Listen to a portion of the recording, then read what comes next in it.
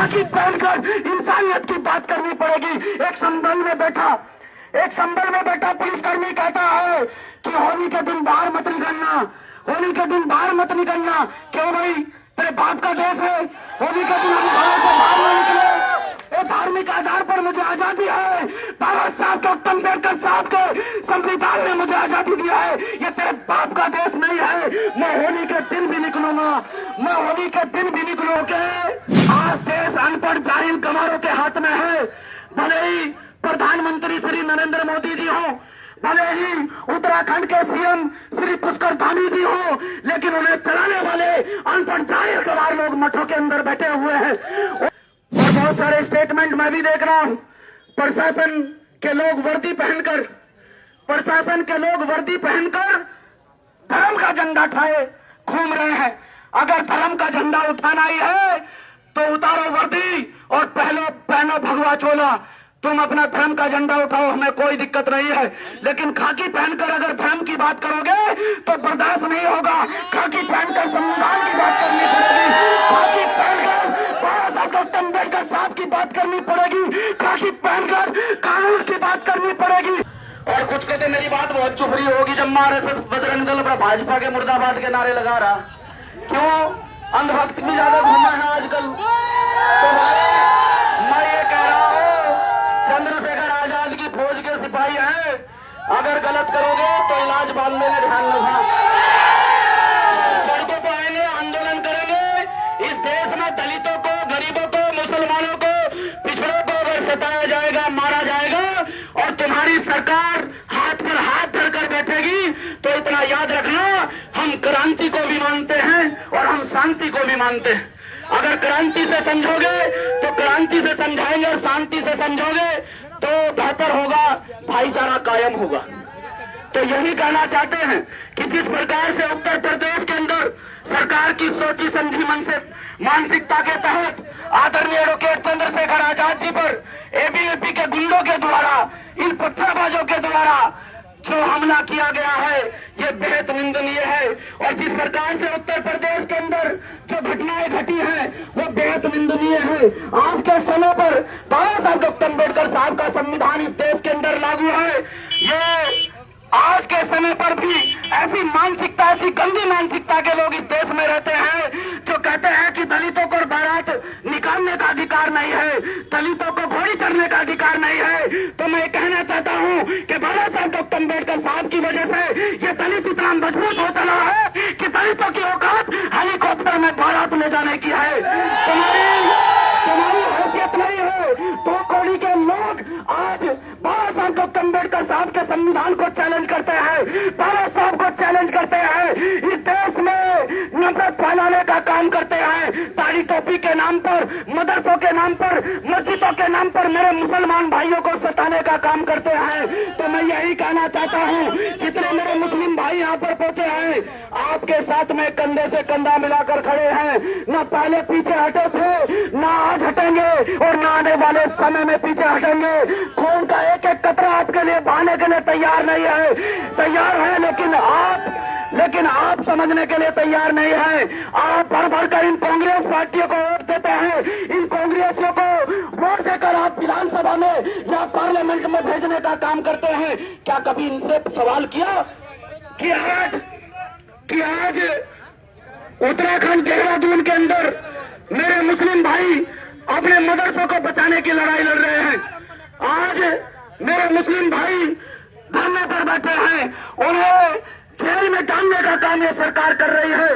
ये सरकार किसी भी प्रकार से आप लोगों के अधिकारों की बात नहीं करती है। बिना किसी लीगल नोटिस के, बिना किसी जानकारी के 10-10 मदरसे सील कर दिए जाते हैं और कांग्रेस के लोग मुंह में दही जमाकर अपने घरों में बैठ जाते हैं। आ रहा है 2027, वो 2027 में आप लोगों के बीच में आएंगे, कहेंगे कि तुम्हारी सुरक्षा की जिम्मेदारी हमारी है, हमें वोट करो। तो सवाल पूछना कि जब हमारे इबादत गाह तोड़ी जा रही थी, जब हमारे मदरसे शहीद किए जा रहे थे, तब तुम लोग घरों से बाहर निकल कर क्यों नहीं आए? हम आज इस आंदोलन को करने के लिए पहुंचे हैं। हमारे तमाम प्रदेश के लीडर, हमारे तमाम जिले के लीडर इस आंदोलन में पहुंचे हैं। हमारी एक मुख्य मांग ये भी है, क्योंकि हमारा नेता हमारा सम्मान है, हमारा नेता हमारा स्वाभिमान है। हमारे नेता को अगर खरोच आई तो इस देश के अंदर तांडव होगा, और वो तांडव होगा कि 2018 में जब 2 अप्रैल में भारत बंद हुआ था तो पूरे देश में तबाही मच गई थी। उससे बड़ी तबाही इस देश के अंदर मचेगी अगर हमारे नेता को खरोच भी आई। अगर हमारे नेता को खरोच भी आई तो उससे बड़ी तबाही इस देश के अंदर मचेगी। ये भारतीय जनता पार्टी के लोग, ये आरएसएस बुलंदल भाजपा के लोग जो अपनी सोची समझी मानसिकता के तहत इस देश में दंगे फैलाना चाहते हैं, इस देश में भाईचारे को खत्म करना चाहते हैं, इस देश में यहाँ दंगे फैलाना चाहते हैं। मैं इन्हें स्पष्ट तौर पर कह देना चाहता हूं कि अभी बाबा साहब डॉक्टर अम्बेडकर साहब के मिशन के लोग जिंदा हैं, बाबा साहब को फॉलो करने वाले लोग अभी देश के अंदर जिंदा हैं। वो आपकी इस मंशा में आपको कामयाब नहीं होने देंगे और इस भाईचारे को मजबूती से पूरे देश के अंदर स्थापित करेंगे। और एक दिन ऐसा आएगा, क्योंकि आज देश अनपढ़ जाहिल गंवारों के हाथ में है। भले ही प्रधानमंत्री श्री नरेंद्र मोदी जी हो, भले ही उत्तराखंड के सीएम श्री पुष्कर धामी जी हो, लेकिन उन्हें चलाने वाले अनपढ़ जाहिल गंवार लोग मठों के अंदर बैठे हुए हैं। उन्हें चलाने वाले लोग जिन्होंने संन्यास लिया और संन्यास लेकर वो अपने घरों से दूर चले गए, तो उन्हें अपनी भक्ति में लीन रहना चाहिए था। वो आज देश चला रहे हैं और पढ़ा लिखा नौजवान बेरोजगार घूम रहा है, पढ़ा लिखा नौजवान ठेली लगा रहा है। जिसके हाथ में इस देश की बागडोर होनी चाहिए थी, वो पढ़ा लिखा नौजवान आज खड़ा होकर देख रहा है कि मेरे हिस्से में कुछ आएगा। जब तक ये अनपढ़ जाहिल गंवार लोग यहाँ बैठे रहेंगे, तुम्हारे हिस्से में कुछ नहीं आएगा। तुम मारे जाओगे, तुम पीटे जाओगे, तुम जाति धर्म के नाम पर बांटे जाओगे। इससे ज्यादा कुछ इस देश के अंदर हो नहीं सकता है। इसलिए कहना चाहता हूँ कि जब तक इस भारतीय जनता पार्टी की सरकार को उखाड़ कर नहीं फेंक दोगे, जब तक तुम सुरक्षित नहीं हो। इसलिए साथियों आपको कहना चाहता हूं, आप आज तहसील परिसर में पहुंचे, बहुत सारे लोग मेरे मुस्लिम समाज के साथी यहाँ पहुंचे हैं जो रमजान के पाक महीने में रोजे से, और बहुत सारे स्टेटमेंट मैं भी देख रहा हूं। प्रशासन के लोग वर्दी पहनकर धर्म का झंडा उठाए घूम रहे हैं। अगर धर्म का झंडा उठाना ही है तो उतारो वर्दी और पहनो भगवा चोला। तुम अपना धर्म का झंडा उठाओ, हमें कोई दिक्कत नहीं है, लेकिन खाकी पहनकर अगर धर्म की बात करोगे तो बर्दाश्त नहीं होगा।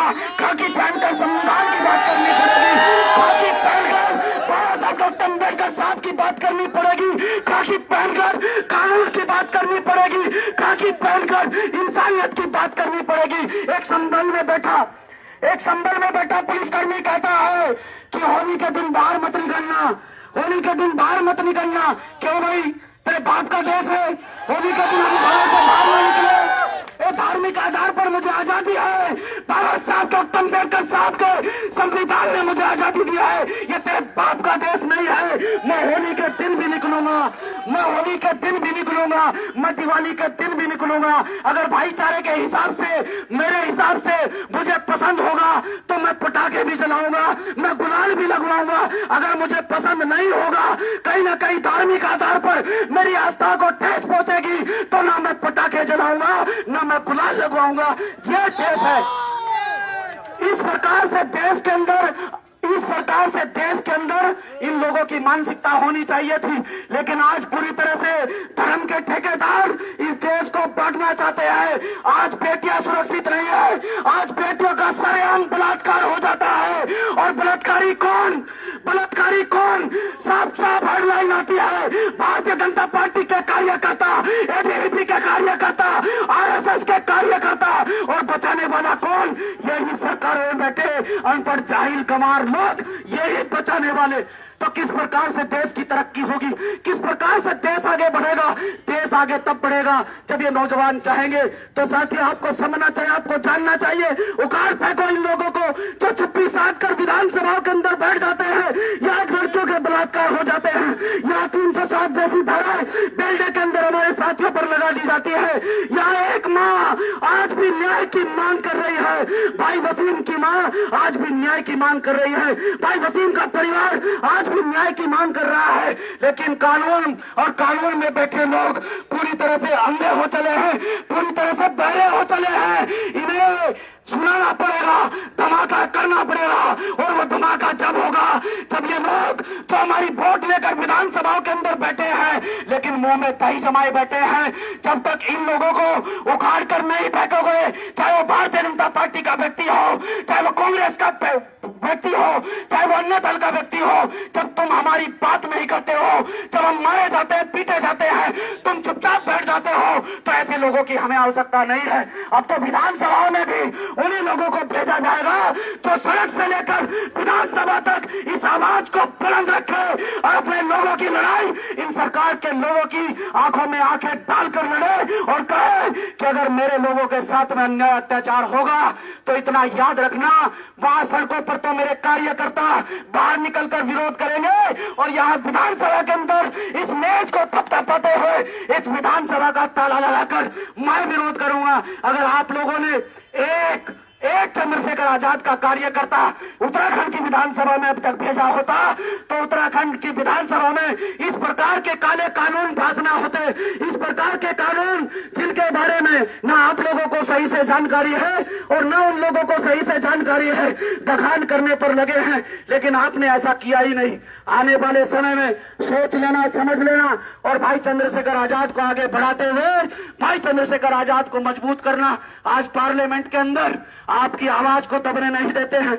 आज पार्लियामेंट के अंदर सारे एमपी एमएलए एक तरफ, सारे एमपी एक तरफ, जितने भी पार्लियामेंट के अंदर एमपी बैठे हैं सारे टुकड़ टुकड़ चंद्रशेखर आजाद को देखते हैं कि बोल क्या रहा है। अरे वो बाबा साहब डॉक्टर अम्बेडकर साहब के मिशन का व्यक्ति है, वो तुमसे डरने वाला नहीं है, वो तुम्हारी गीदड़ भपकियों से डरने वाला नहीं है। डॉक्टर अम्बेडकर साहब के मिशन को ताल ठोक कर डंके की चोट पर वहां पार्लियामेंट के अंदर अपनी बात को रखता है।